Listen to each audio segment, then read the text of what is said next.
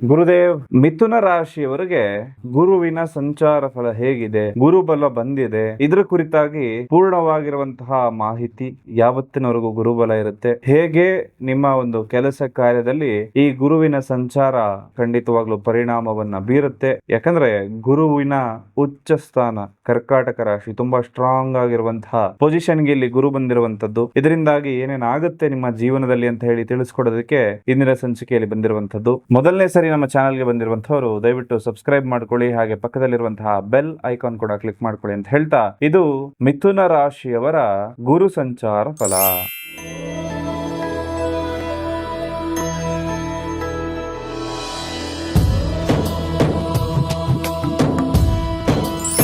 ನಿಮ್ಮ ರಾಶಿಗೆ ಗುರುಬಲ ಬರುತ್ತಾ, ಅಥವಾ ಗುರುಬಲ ಬರೋದ್ರಿಂದ ಉಪಯೋಗ ಆಗೋದಾದ್ರೂ ಏನು, ನಮಗೇನಾದ್ರೂ ಒಳ್ಳೇದಾಗುತ್ತಾ, ಈ ರೀತಿಯಾಗಿರ್ತಕ್ಕಂತಹ ಪ್ರಶ್ನೆಗಳು ಬಹುತೇಕ ಜನರನ್ನ ಕಾಡ್ತಾ ಇರುತ್ತೆ. ಖಂಡಿತವಾಗ್ಲೂ ಈ ಪ್ರಶ್ನೆಗಳೆಲ್ಲದಕ್ಕೂ ಕೂಡ ಉತ್ತರವನ್ನ ಕೊಡೋಣ. ಹಾಗೆ ಈ ಗುರು ಅಂತಕ್ಕಂತ ಗ್ರಹ ಏನಿದೆ, ಬೃಹಸ್ಪತಿ ಅಂತಾನು ಹೇಳ್ತಾರೆ, ಇವತ್ತಿಗೆ ಮಿಥುನ ರಾಶಿಯಲ್ಲಿ ಇರ್ತಕ್ಕಂಥದ್ದು ಜೂನ್ 2ನೇ ತಾರೀಕು ಕರ್ಕಾಟಕ ರಾಶಿಯ ಪ್ರವೇಶವನ್ನ ಮಾಡುತ್ತೆ.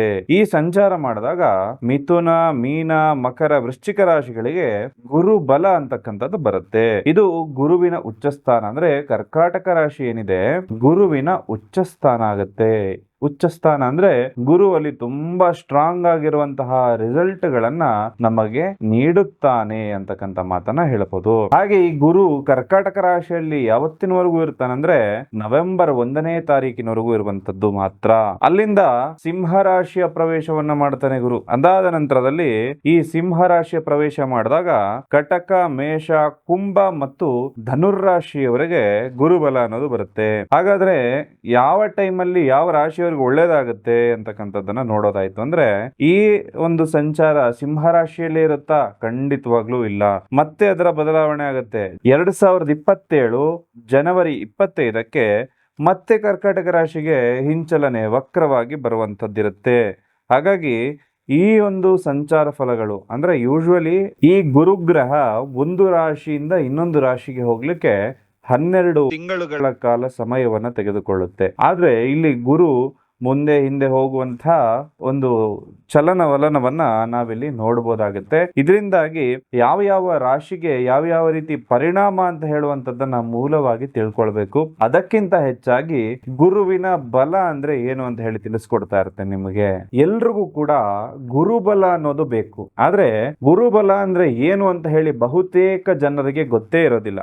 ಗುರುಬಲ ಇದ್ದಾಗ ಏನಾಗುತ್ತೆ, ಏನು ಉಪಯೋಗಪ್ಪ ಗುರುಬಲದ್ದು, ನನ್ನ ಜೀವನದಲ್ಲಿ ಅದೇ ತರ ಇದೆಯಲ್ಲಪ್ಪ, ಗುರುಬಲ ಇದ್ದಾಗ ಏನು ಉಪಯೋಗ, ಈ ರೀತಿ ಪ್ರಶ್ನೆಗಳು ಬಹುತೇಕ ಜನರ ಮನಸ್ಸಲ್ಲಿ ಬರುವಂತದ್ದು ಸಹಜ. ಓಕೆ, ಮನುಷ್ಯನಿಗೆ ಒಂದು ಗುರಿ ಜೊತೆಗೆ ಒಂದು ಗುರು ಅನ್ನೋದು ಇರಬೇಕು ಜೀವನದಲ್ಲಿ. ಯಾವುದೇ ಒಬ್ಬ ವ್ಯಕ್ತಿಗಾದ್ರೂ ಕೂಡ ಒಂದು ಗೋಲ್ ಅನ್ನೋದಿರಬೇಕು, ಜೊತೆಗೆ ಒಬ್ಬ ಒಳ್ಳೆ ಮಾರ್ಗದರ್ಶನ ಕೊಡ್ಲಿಕ್ಕೆ ಗುರುವಿನ ಅನುಗ್ರಹ ಇರಬೇಕಾಗತ್ತೆ. ಹಾಗೆ ಯಾವುದೇ ಒಂದು ಶುಭ ಕಾರ್ಯ ಅಂತ ಹೇಳಿ ನಾವು ಮಾಡ್ತಾ ಇರ್ತೇವೆ. ಮನೆಯಲ್ಲಿ ಅನೇಕ ಶುಭ ಕಾರ್ಯಗಳು ನಡೀತಾ ಇರ್ತದೆ. ಕೆಲವು ಮನೆಯಲ್ಲಿ ಶುಭ ಕಾರ್ಯಗಳೇ ನಡೀತಾ ಇರೋದಿಲ್ಲ. ಇದಕ್ಕೆಲ್ಲ ಮೂಲ ಕಾರಣ ಗುರು ಅಂತಕ್ಕಂಥದ್ದು ಬರ್ತದೆ. ಯಾಕೆ ಅಂದ್ರೆ ಗುರು ಬಲ ಅಂತ ಹೇಳಿ ಇರುವಾಗ ಯಾವುದೇ ಶುಭ ಸಮಾರಂಭವನ್ನ ನೀವು ಕೈಗೊಂಡಾಗ ನಿರ್ವಿಘ್ನವಾಗಿ ಆ ಒಂದು ಕಾರ್ಯಕ್ರಮ ಮುಗಿದೋಗುತ್ತೆ. ಅಂದ್ರೆ ಯಾವುದೇ ಗದ್ದಲ ಗಲಾಟೆ, ಯಾವುದೇ ಒಂದು ಗೋಜಲಿಗೆ ಹೋಗದೆ ಖಂಡಿತವಾಗ್ಲೂ ಶುಭದಾಯಕವಾಗಿ ಆ ಕಾರ್ಯಕ್ರಮ ಮುಗಿದು ಹೋಗುವಂಥದ್ದು. ಒಂದು ಮದುವೆ ಸೆಟ್ ಆಗಿರುತ್ತೆ, ನೀವು ಯೋಚನೆ ಮಾಡಿದ್ರೆ ಅಷ್ಟು ಬೇಗ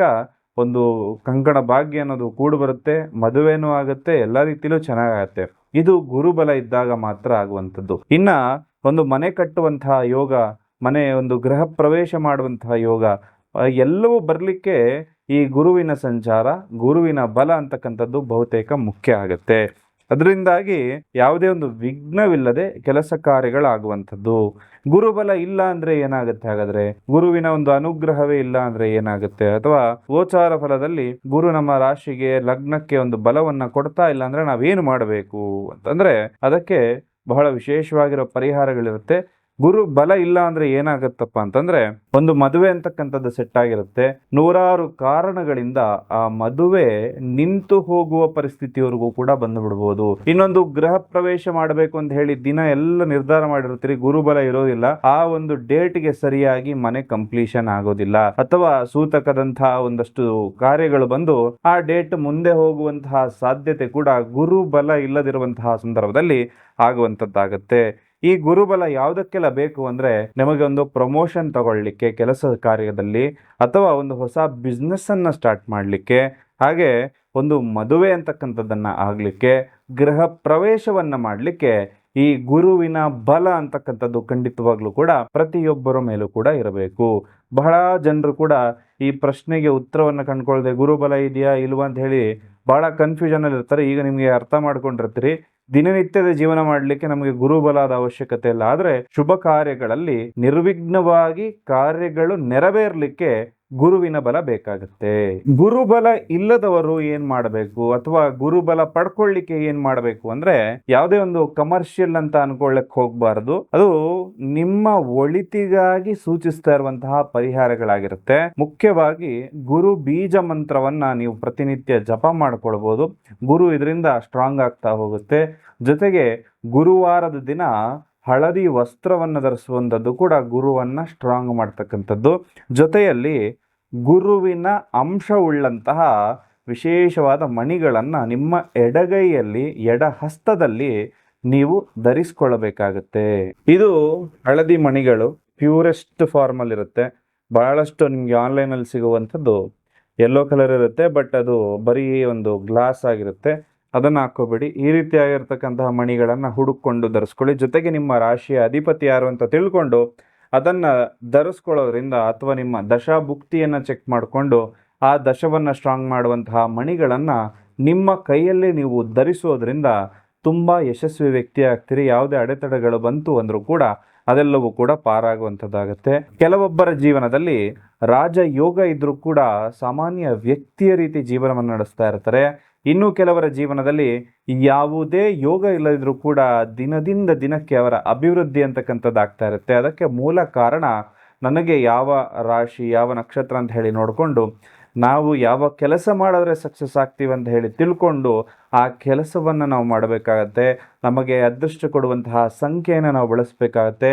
ನಿಮಗೆ ಅದೃಷ್ಟ ಕೊಡುವಂತಹ ಹೆಸರನ್ನು ನೀವು ಇಟ್ಕೊಂಡಾಗ ತುಂಬಾ ಯಶಸ್ವಿ ವ್ಯಕ್ತಿ ನೀವು ಆಗ್ತೀರಿ. ಜೂನ್ 2ನೇ ತಾರೀಕು 2026 ಗುರು ಮಿಥುನ ರಾಶಿಯಿಂದ ಕರ್ಕಾಟಕ ರಾಶಿಗೆ ಬರುತ್ತೆ.